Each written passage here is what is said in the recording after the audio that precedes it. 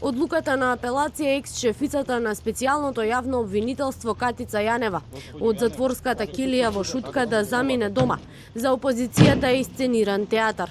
Власта конкретно не ја коментира, но премиерот повторува дека принципиелно е против притворот како казна. За најголемата опозицијска партија пак нема дилема. Замената на затворската килија во Шутка со куќен притвор на Јанева тврдат е смислено сценарио. Ослободувањето од притвор на Катица Јанева е воедно и срамно и смешно.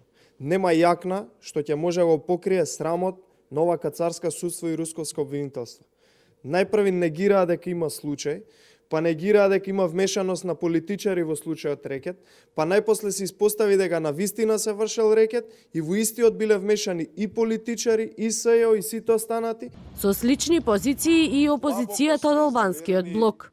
Нагласуваме дека имало десетици случаи на албански затвореници за политички монтирани случаи, против кои истиот суд одби да ја изрече мерката куќен притвор. Ова е нашиот правосуден систем кој често работи на двојни стандарди, што истовремено и најтемната дамка на нашето општество. Премиерот Заев пак се повика на извештајот од Прибе.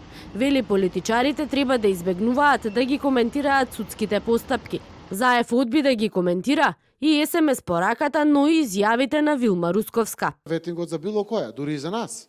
За политичарите, за Министерство за внатрешни, Оливер многу често зборува Спасовски за тоа, обвинителство, судство. Не треба се гледа на тоа како не знам некоја мистерија, нешто кој знае што. Мора да се помине низ тој процес. Ние во иднина очекуваме низ поглавијата да имаме трансформација на нашето општество. Мора да се потресеме сите, да се знае ако сме влезени, да служиме на државата. Сме влезени честно. За Дуи последниот случај е само уште еден доказ зошто е потребен итен ветинг кај сите функционери. Идеја што велат во изминатиот период ја прифатија и двете најголеми партии во македонскиот блок. Заев и Мицковски на јавна сцена повеќе пати во текот на преговорите си пратија пораки околу Вилма Русковска, дали треба или не да биде на чело на новото обвинителство за организиран криминал и висока корупција.